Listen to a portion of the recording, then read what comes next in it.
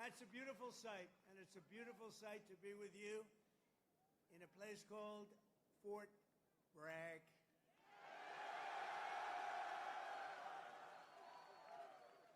Can you believe they changed that name in the last administration for a little bit? But we'll forget all about that. Well, we're going to forget all about it. I want to just say God bless the U.S. Army and God bless the USA. Great place, great group. I want to thank so many incredible soldiers and paratroopers, pilots, warriors for that awesome display of pure, unrivaled American military might. I just saw something that was crazy. You don't want to mess. I've been saying a long time, we have the best. Nobody even comes close, but they just gave me a display that you might be lucky not to see it, because it's a little scary. It was beautiful to watch.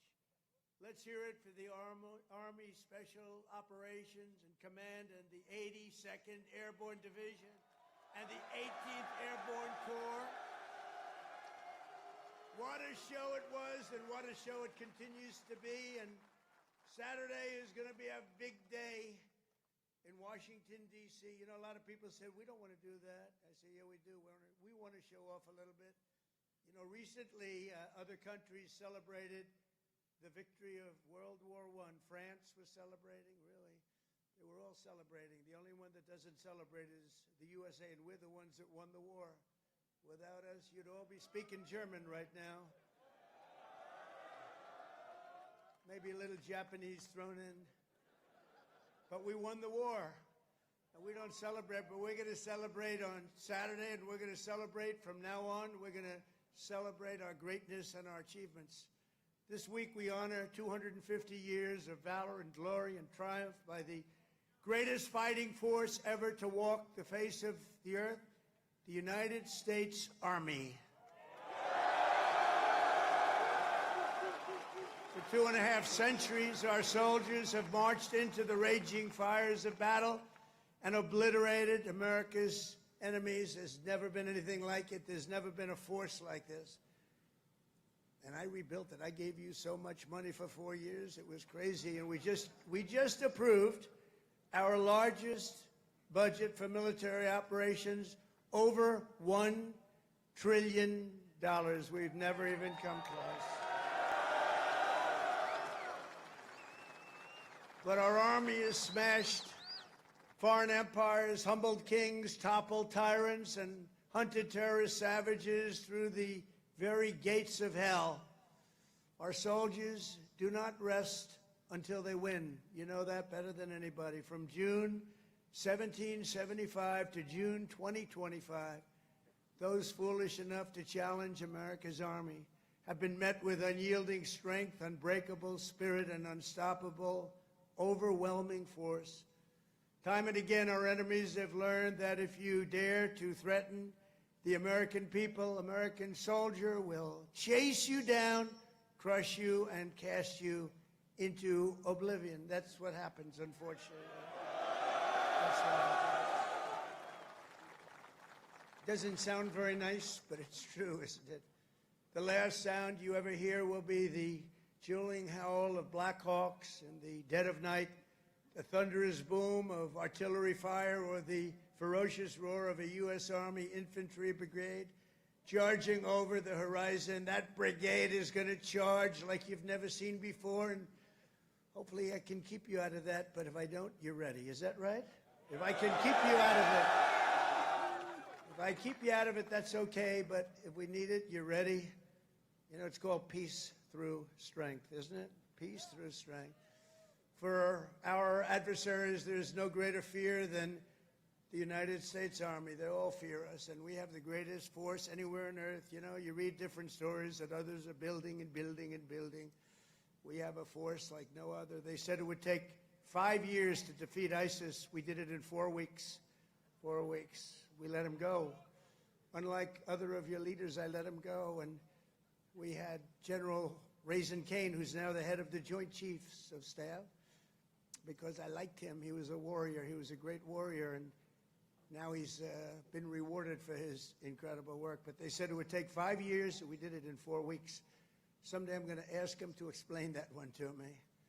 But it was the television generals that said that. The real generals got out and fought, and nobody fought like them ever. But for the American people, there's no greater pride because you are the righteous sword of American justice and the ultimate shield of American freedom. This week we remember that we only have a country because we first had an army. The army was first. In fact, the army was even before the country. You know that, right? 1 year before the country. After 250 years, we still proudly declare that we are free because you are strong. You are so strong. We're safe because you are brave, and America's flag will never fall because America's army will never, ever fail. Never going to fail. Every branch of the armed forces has played a critical role in protecting our nation, but no one has done more fighting, bleeding, and winning than the U.S. Army. Nobody's done that. The Army has earned more combat medals and more battle ribbons than any other service, and 70% of all of the medals of honor. We give away medals of honor all the time at the White House to incredibly brave people, but you have 70% of them. Army soldiers, and especially our Army paratroopers, truly go all the way. You know that expression, all the way. It's one of your beautiful expressions.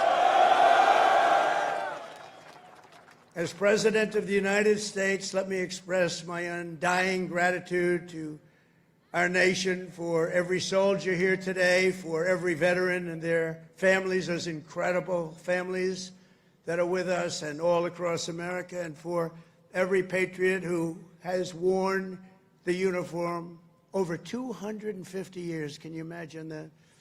We thank you from the absolute bottom of our hearts. Few places loom larger in Army lore than where we are gathered today. The one and only Fort Bragg, the one and only Fort Bragg.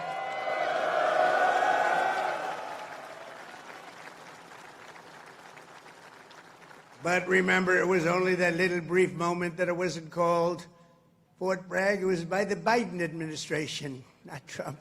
I had nothing to do with it. We got it changed. We said, you know, I came here numerous times, and they kept saying Fort Bragg, Fort Bragg. I said, you know, it's not the name, but then I was making a speech. I said, what do you think I should call this place? Call it Fort Bragg. I said, Fort Bragg, how you doing? We won a lot of battles from this place, and that's the way it is. It wasn't even close. When Pete and some of the generals came to see me, I said, not even close, not even close. This is the home of the Green Berets, the Sky Dragons, and the all-American 82nd Airborne. We know what 82nd Airborne Division. This is where the GIs who won the Second World War learned to pack their parachutes and push howitzers and go right into those C-47s with lots of arms and push them right out those big, beautiful doors and wield their bayonets and pry the enemy from the hedgerows of the French countryside. France needed us badly. We were there. A lot of people needed us badly. They still do, maybe worse than ever. It was here in this soil that the Army forged the medal that held strong at Bastogne. It was here the mighty paratroopers earned their wings before they rained down death from above to liberate Sicily, Normandy, and even the Netherlands. That's right. We saved the Netherlands. Every inch of this base is steeped in the legacy of those warriors who have said with pride, "Sir, I trained at Fort Bragg, sir." That was pretty cool. And that is why we restored the historic name of this very, very special place. I don't know if it could be the same place. Fort Bragg is in. That's the name. And Fort Bragg, it shall always remain. That's never going to be happening again.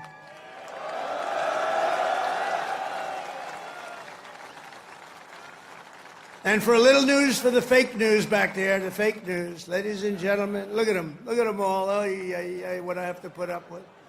Fake news. What I have to put up with. But they're all right. They've been very nice today. They were impressed with that display, I can tell you that. I think it took them a little by surprise. But for a little breaking news, we are also going to be restoring the names to Fort Pickett, Fort Hood, Fort Gordon, Fort Rucker, Fort Polk, Fort A.P. Hill, and Fort Robert E. Lee. We won a lot of battles out of those forts. It's no time to change. And I'm superstitious. You know, I like to keep it going, right? I'm very superstitious. We want to keep it going. So that's a big story. We just announced that today to you for the first time. They said, why didn't you wait till Saturday? I said, I can't wait. I got to talk to my friends here today. This is a record crowd. You know, you never had a crowd this big. That's an honor. You think this crowd would have showed up for Biden? I don't think so. I don't think so. I don't think so. Maybe I'm wrong. Maybe I'm wrong. I want to thank so many great leaders here today, including Secretary of Defense Pete Hegseth, who's been great. By the way, Pete, thank you. Great. And he went through the wars, you know? Pete went through the wars. He had to get through a very hostile group of people that I think really don't want to see America be great again, maybe, or something, but he persevered and he got there and he's doing a fantastic job. Great job, Pete. Thank you very much. Secretary of Veterans Affairs, Doug Collins, a fantastic man. Thank you, Doug. You're doing a great job. Doing a great, great job. Way, way up from the last administration, Veterans Administration. It's way up. You saw the recent poll. The people are happy. They weren't happy a couple of years ago. They were really happy 5 years ago. But it went downhill from there. We did so much. We got you medical. If you had to wait, if you had a delay at all, you go out to see a private doctor. We pay the bill. You take care of it. You don't wait for 6 months and end up getting very sick on something that could have been done with a little shot or a pill. We did that. Then they wanted to drop that. I said, we're not dropping it. But, Doug, I'm proud of you. I just heard some great things. Thank you very much. The Secretary of the Army, a really brilliant young guy, went to Yale. Can't have everything. Top student, Dan Driscoll. Thank you. Thank you, Dan.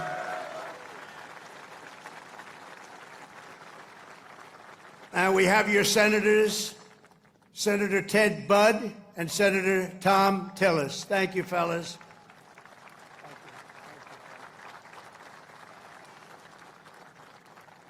Congressman Richard Hudson, Pat Harrigan. Where's Pat? Pat? Good, Pat. You're doing great. You guys are amazing. And we have the big brass, General Andrew Pappas. General, thank you. Thank you, General. Doing a great job. General John Braja. John, thank you. Great job. Thank you for today, John. General Greg Anderson. Thank you. Thank you, Greg. Thank you. Sergeant Major of the Army, Michael Weimer. And before going further, I want to say a few words about the situation in Los Angeles, California. Have you heard of the place? Where I've deployed thousands of National Guard troops and hundreds of Marines to protect federal law enforcement from the attacks of a vicious and violent mob. And some of the radical left, they say, oh, that's not nice. Well, if we didn't do it, there wouldn't be a Los Angeles. It'd be burning today, just like their houses were burning a number of months ago. Generations of Army heroes did not shed their blood on distant shores only to watch our country be destroyed by invasion and third world lawlessness here at home, like is happening in California. As Commander-in-Chief, I will not let that happen. It's never going to happen. What you're witnessing in California is a full-blown assault on peace, on public order, and on national sovereignty carried out by rioters bearing foreign flags with the aim of continuing a foreign invasion of our country. We're not going to let that happen. Remember, millions of people were allowed to come into our country totally unchecked and unvetted by stupid people or radical left people or sick people. But regardless, open border policy, the dumbest policy yet. I would say even dumber than men playing in women's sports, transgender for everyone. Even dumber than that. They're hurling bricks and cinder blocks at law enforcement. Did you see they're breaking up the sidewalks and the curbs, breaking it up with big, strong hammers? These guys are professionals. These are not amateurs. They're breaking it up because they took the bricks away from them. They came in with bricks, red bricks, that they could throw at our military and at the police in L.A., who are very good, but they weren't aggressive like our soldiers. Our soldiers really were aggressive, but they all worked together. But they came in with bricks, they were taken away, and they had hammers. Oh, wow, how did that happen? And they're pounding the sidewalk. I said, what the hell is he doing? And he's breaking it up and making it into concrete bombs in a way, and they're dropping them on our military. They're throwing them at our military. Pretty good arms they had, too. Hits guys right in the face. Big chunk of concrete, worse than a brick. They're taking them up to the bridges, and they're dropping them in the cars that are going by. These are animals. But they proudly carry the flags of other countries, but they don't carry the American flag. They only burn it. Did you see a lot of the flags being burned? They weren't being burned by people from our country or from people that love our country. People that burn the American flag should go to jail for 1 year. That's what they should be doing. 1 year. And we'll see if we can get that done. We're going to try and get that done. We're working with some of your senators. I know Senator Josh Hawley is very much involved. And I know the two senators from here. I think you guys, are you guys in favor of it? Boy, would this be a bad time for them to say no. I got you. I got those 2 votes. The agitators are throwing firebombs, Molotov cocktails, lighting vehicles ablaze. You saw all the cars that were burning, mobbing police officers and ICE officers who are the toughest people you'll ever meet, and they love our country, and they're getting really they want to stomp on them, but they're too tough. They don't allow it. And attempting to infiltrate and occupy federal buildings wearing armor and face shields. The best money can buy, somebody's financing it. We're going to find out through Pam Bondi and Department of Justice who it is. They're already on it. Who's financing all this equipment? Very professional. Under the Trump administration, this anarchy will not stand.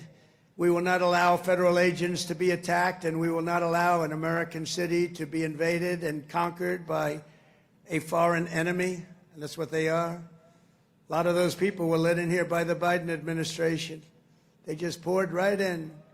They came from prisons, they came from jails from all over the world. They came from mental institutions. They were the leaders of gangs. They were drug lords allowed to come into our country. Their countries threw them out. Their countries would bus them or drive them right to our border and say, go in there, you ever come back, we're going to kill you. And we got them, and we're getting them out of here. I want to applaud the courage and the strength of the incredible troops who are right now standing guard to protect federal property and personnel and uphold the supremacy of federal law. That's what they're doing. They're protecting our ICE agents. They're protecting the police in Los Angeles. The head of the police in Los Angeles, a good man, I hear a good man, but he was actually saying we really did need this help. It had gotten away from them. It had long gotten away. And we gave it to them. Not only are these service members defending the honest citizens of California, they're also defending our republic itself. And they are heroes. They're in there, they're heroes. They're fighting for us. They're stopping an invasion just like you'd stop an invasion. The big difference is most of the time when you stop an invasion, they're wearing a uniform. In many ways, it's tougher when they're not wearing a uniform because you don't know exactly who they are. In Los Angeles, the governor of California, the mayor of Los Angeles, they're incompetent, and they paid troublemakers, agitators, and insurrectionists. They're engaged in this willful attempt to nullify federal law and aid the occupation of the city by criminal invaders. That's what it is. They're invaders, no different. Their position is that the rioting will not stop unless ICE withdraws from Los Angeles and ceases the enforcement of federal immigration law. In other words, they came in here illegally. Many of them came out of prisons and jails, the most heinous people. They came from all over the world. They came from the Congo in Africa. They came from Asia. They came from the prisons of these places. They were put into the United States and allowed to stay here because we had a grossly, grossly unfit president who listened to whoever was operating the auto pen. And they allowed these people to stay. And by the way, I've known this guy for a long time. He was never the sharpest bulb. But you know what he was? He wasn't a radical left lunatic. He never dreamt about open borders. He never said that when he was of sound mind, which actually was a very long time ago. So sad what they've done to our country. I will say that without question, however, you're seeing the financial numbers. We've now got the hottest country anywhere in the world. And 6 months ago, it was the coldest country. We're being laughed at all over the world. I was in Saudi Arabia, Qatar, UAE. We brought back $5.1 trillion into our country. And all three leaders, they're great leaders, all three said, you know, you are presiding over the hottest country anywhere in the world. And they said the exact same thing. They said 6 months ago, it was the coldest country. I'll tell you, it changed on a date. You know what November 5th was? It was the election of a president that loves you. And that's when it all changed. That's when it all changed. Within the span of a few decades, Los Angeles has gone from being one of the cleanest, safest, and most beautiful cities on earth to being a trash heap with entire neighborhoods under the control of transnational gangs and criminal networks. It's horrible what's happened so quickly. As the entire world can now see, uncontrolled migration leads to chaos, dysfunction, and disorder. And you know what? They have it in Europe, too. It's happening in many of the countries of Europe. They don't like it when I say it, but I'll say it loudly and clearly. They better do something before it's too late. Very simply, we will liberate Los Angeles and make it free, clean, and safe again. It's happening very quickly. The one big, beautiful bill, you've heard about it. We call it the one big, I was on one of the television shows, I think Deface the Nation. Ladies and gentlemen, Deface the Nation. It's actually called Face the Nation for those of you that are smart enough not to know, because you're better off not knowing. But I was on one of the shows, and I said, we got to get a great bill. They said, would you like it to be one bill, or would you like it to be 7 or 8 bills? They said, I want one big, beautiful bill. And the Republican Party liked that statement. They call it one big, beautiful bill, so that's good. And that's what it is. It's great. And it's currently before Congress. It provides all necessary funding for ICE, for Border Patrol, and for the Department of Defense. And I told you, at a level that we've never had before, over $1 trillion. We better get that bill approved. Otherwise, your helicopters and your planes and your equipment's going to start to look a little bit old, General. You better push your favorite congressman. You better push these 2 senators. I think they're in good shape, however. But we got to get it approved. And those congressmen by you are all 100%. I don't even have to talk to them. They've been so great. So I want to sign this into law immediately. And with the signing, so many great things will happen to our country. No tax on tips. Think of that. No tax, seniors on Social Security. No tax on overtime. They're going to pay for themselves. And if you get a car, and if you borrow money to buy the car, we're going to let you deduct the interest payment if it's a new car made in America. Only if it's made in America. If it's made in Japan or China or any place else, we're not really interested in your deduction. I was elected winning all 7 swing states, the popular vote by millions and millions of votes, in all counties throughout America by 2,750 to 525. That's what I call a big number.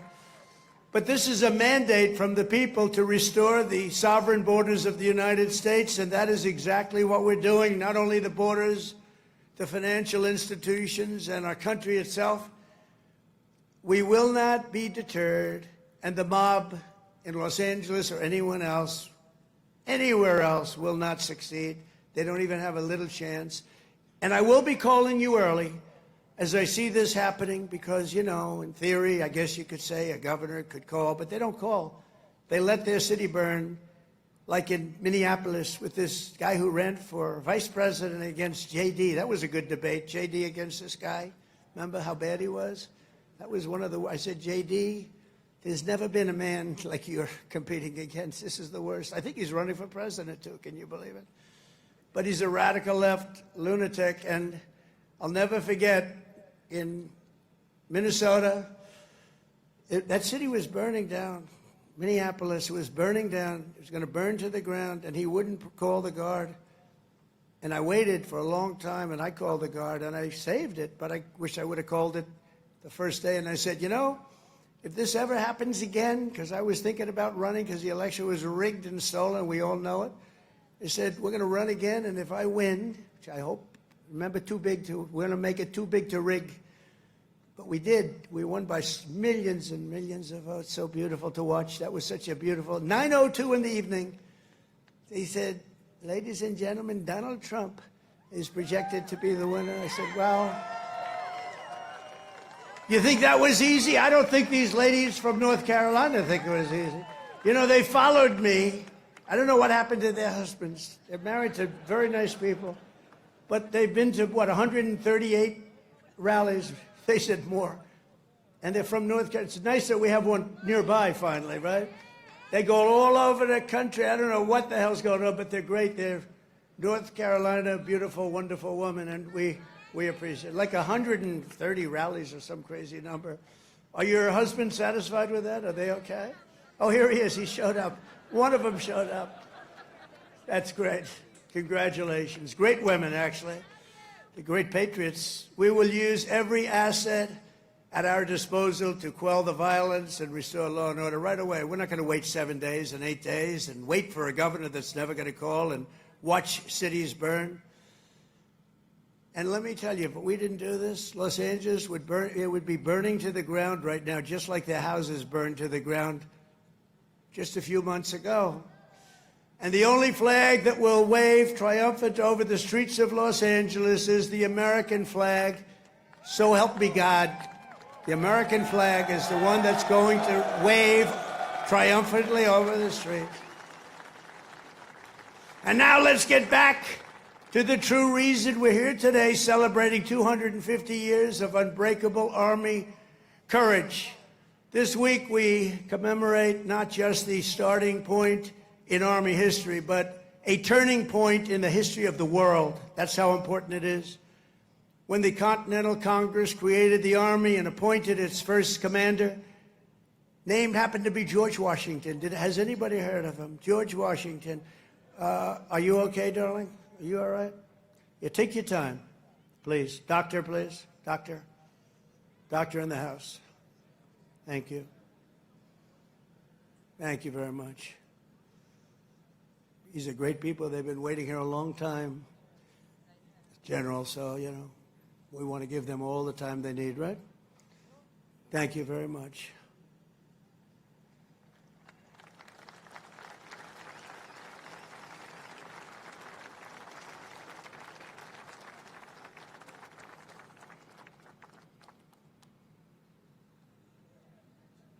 Greatest people in the world. They are amazing. Amazing.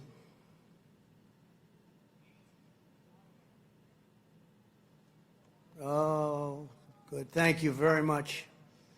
Thank you.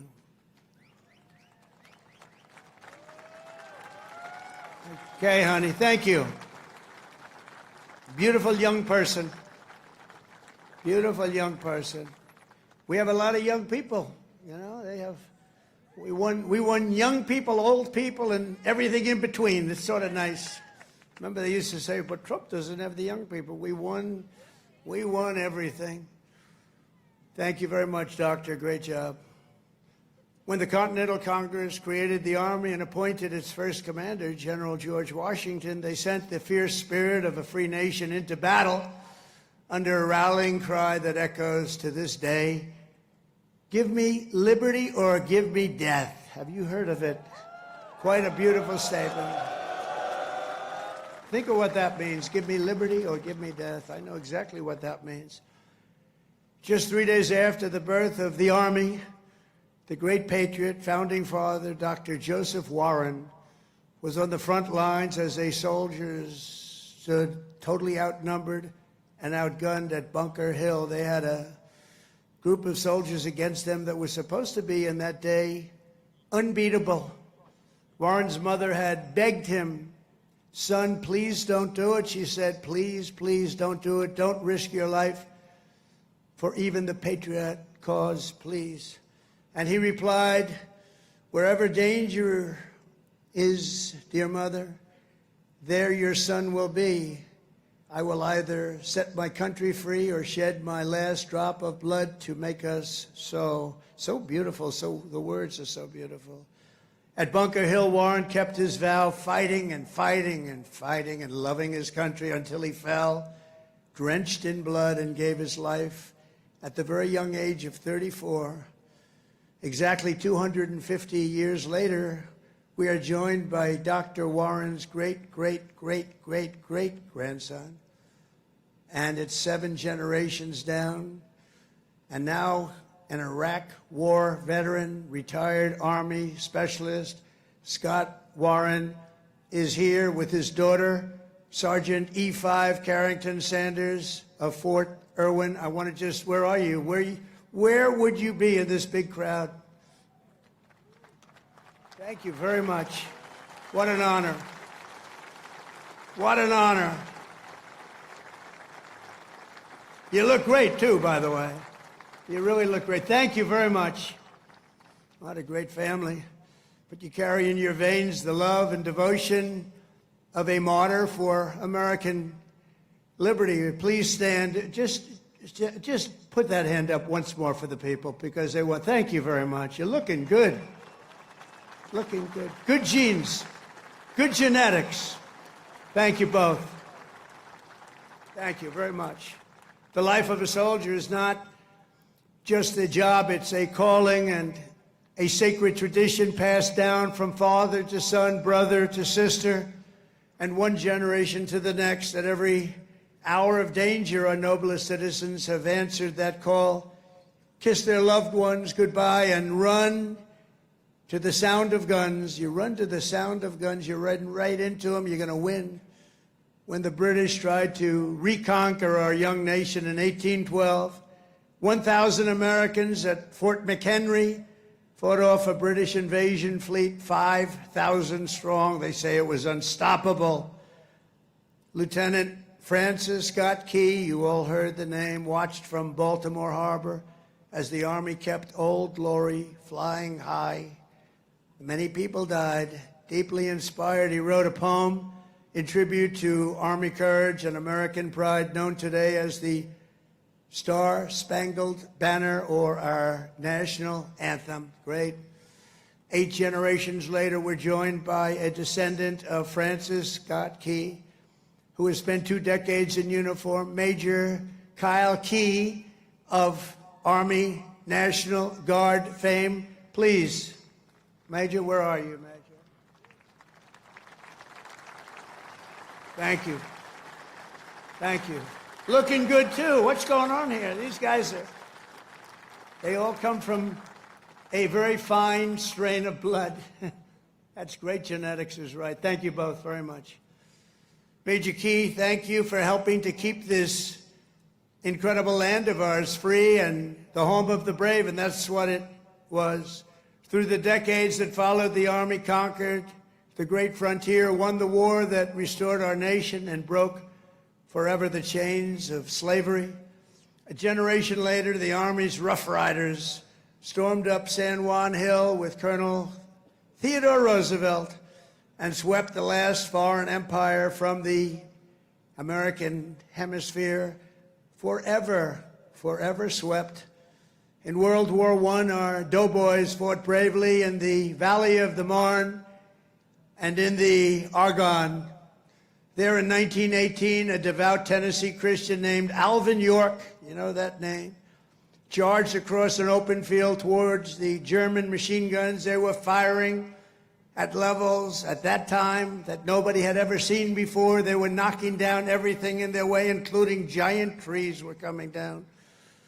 The enemy mowed down more than half of his platoon almost immediately. The platoon was going down like nobody's ever thought possible. But York pressed on into the jaws of death. He slayed German after German and returned with 132 prisoners from behind the enemy lines. And he had the option of killing them, and he didn't want to do that. And that's okay, isn't it, right? It's okay. But he brought 132 back. And his actions and the actions of that great day, that crazy but great day, Sergeant York earned the Congressional Medal of Honor and became one of the most famed and decorated heroes of the First World War.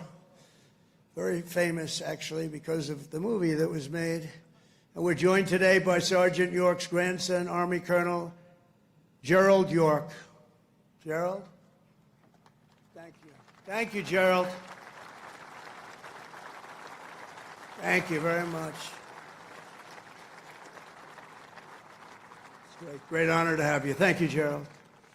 At his grandfather's funeral in 1964, Gerald was told by the command sergeant major of Fort Bragg that it was about time he joined the Army. And he volunteered for combat in Vietnam and gave the Army 31 of his best years. No, I think your best years are right now. You look very good. Your best years are right now. Keep it going.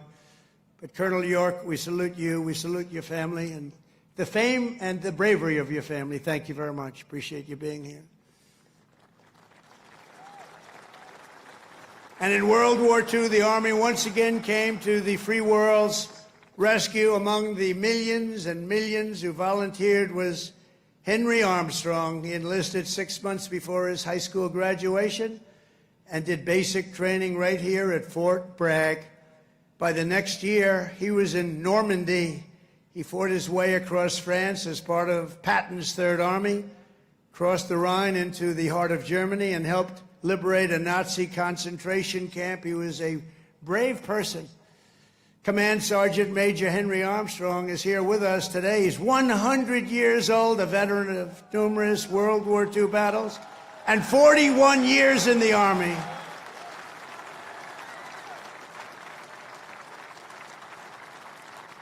Thank you. Wow. These are great, amazing people. Thank you very much. Great. Thank you very much. He's joined by his grandson, Army Major Dennis Armstrong. Dennis, I assume that's you, right? Thank you, Dennis. And Dennis's wife, Captain Shelley Armstrong. They love the military, and they love our country. Thank you very much. Shelley, thank you very much. Appreciate it. And their son, Tanner. Where's Tanner? Let me see. Oh, he looks good, too. They all look good. Tanner might look the best, actually. Thank you very much. Who's an active duty staff sergeant in the 82nd Airborne right here in Fort Bragg. He could right now run for office, I think. He's very popular. In Korea, our warriors held the front line in the battle against communism and liberated millions and millions into the light of freedom.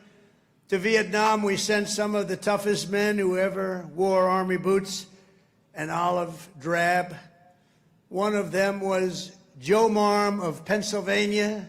He was 23 years old when his platoon was ordered to rescue soldiers surrounded by the enemy in the Battle of Ia Drang.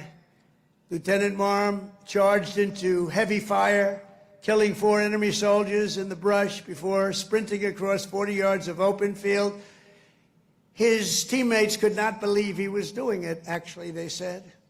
He then tossed a grenade that killed 8 Viet Cong gunners, plunged into the trenches and killed still more before being shot in the jaw, badly in the jaw. He successfully cleared the way for his men to save their stranded comrades and, frankly, for his men to save their own lives. He was unbelievable. For his exceptional bravery, Lieutenant Marm received the Congressional Medal of Honor and retired as an Army colonel after 30 years of service. Colonel Marm is here today with his two sons, Will and Walter, both Army Rangers. What a great family legacy. Please stand up.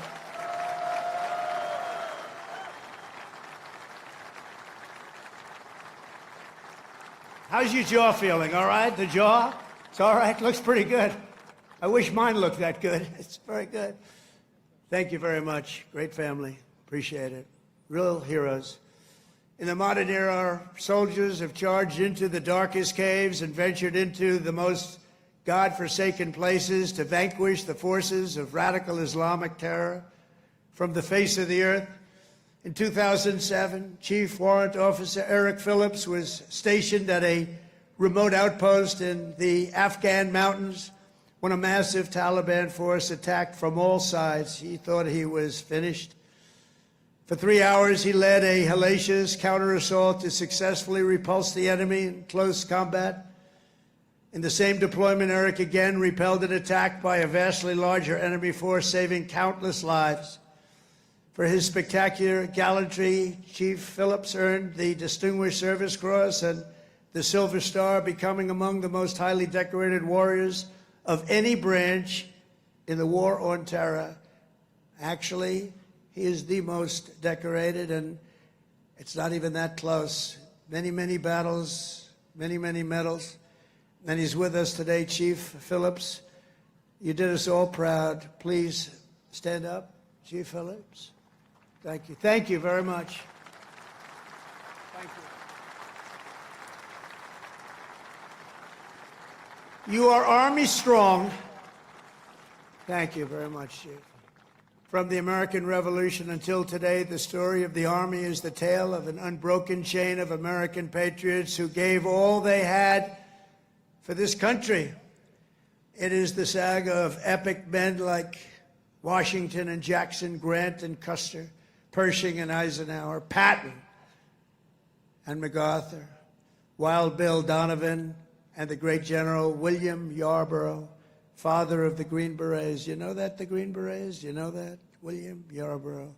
It's a story of fabled units like the Old Guard, the Iron Brigade, the Big Red One, the Buffalo Soldiers, the Harlem Hellfighters, the Tuskegee Airmen, the Screaming Eagles, and George Patton's Hell on Wheels. They called it Hell on Wheels. When he was after you, it was not good. The weapons of war have changed with every generation, but the unflinching loyalty of the American soldier has always remained the same. The Army has always stayed true to its motto, "This we'll defend." You know that. This we'll defend.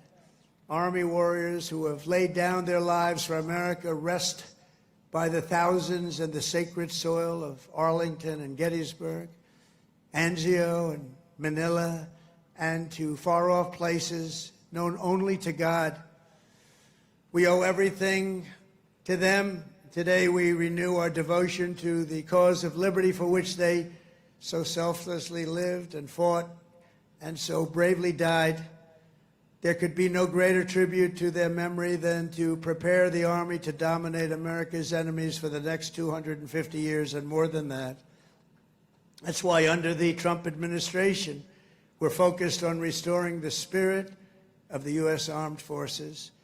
No soldier ever volunteered for the Army to be lectured about transgender diversity or inclusion. You don't want to hear that. Transgender for everybody. We don't do that. America's patriots joined the Army to kick down doors, storm beaches, kill terrorists, and win America's wars. That's what we want. And that's what you want.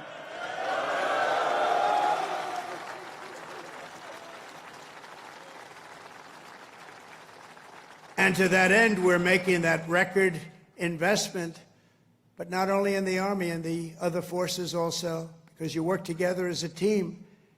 And we're including in that and across the board. Now, you don't have to take this if you don't want. You could be great patriots.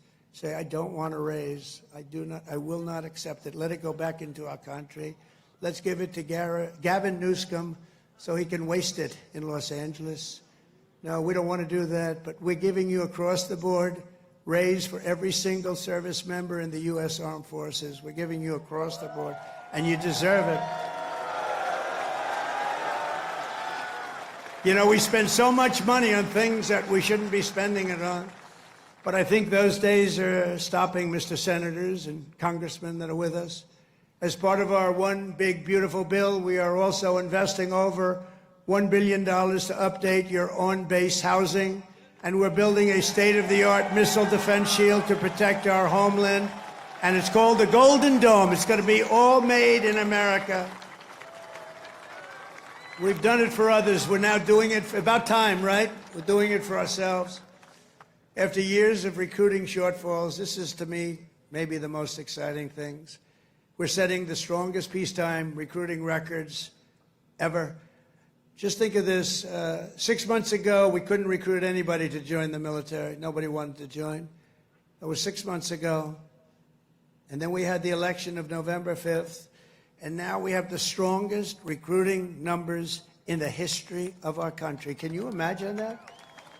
Can you imagine that? We've already surpassed our recruiting targets for 2025, and we're not done yet. And I'll tell you, it doesn't make you feel good when you had to hear 6, 7 months ago that nobody wants to join the Army, they don't want to join our military. Frankly, they didn't want to join our police, our firemen. They lost confidence, they lost faith in our country. And just a short number of months later, we're setting all-time records.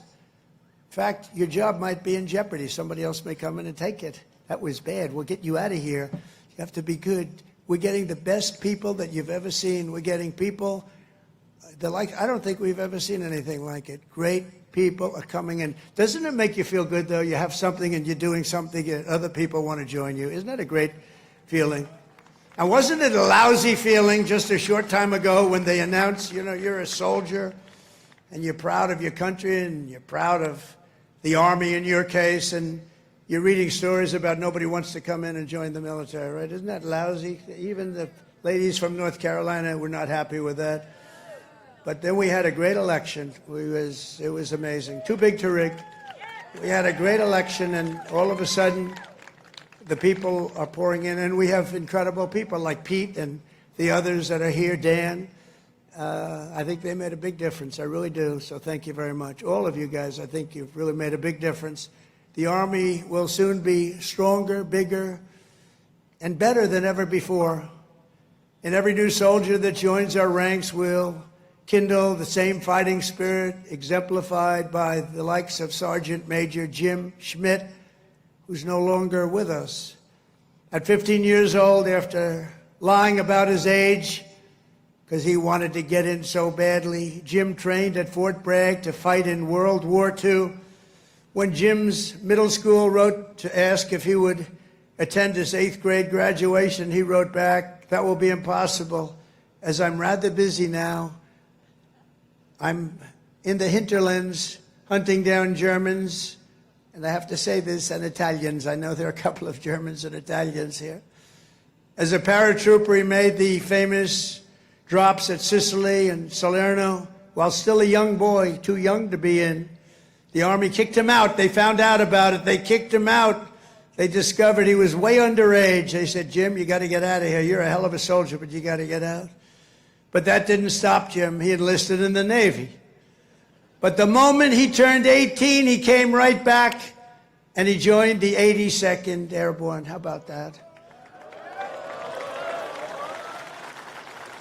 He went on to fight at the Chosin Reservoir in Korea, rough place. Saw combat in Vietnam and ended his career right back at Fort Bragg, having earned 2 Silver Stars, 3 Bronze Stars, and 2 Purple Hearts. With us today is Jim's widow, Peggy, and their beloved grandson, Army Specialist Christian Forbes, who is currently deployed at our southern border defending our country from an invasion, whether we like it or not.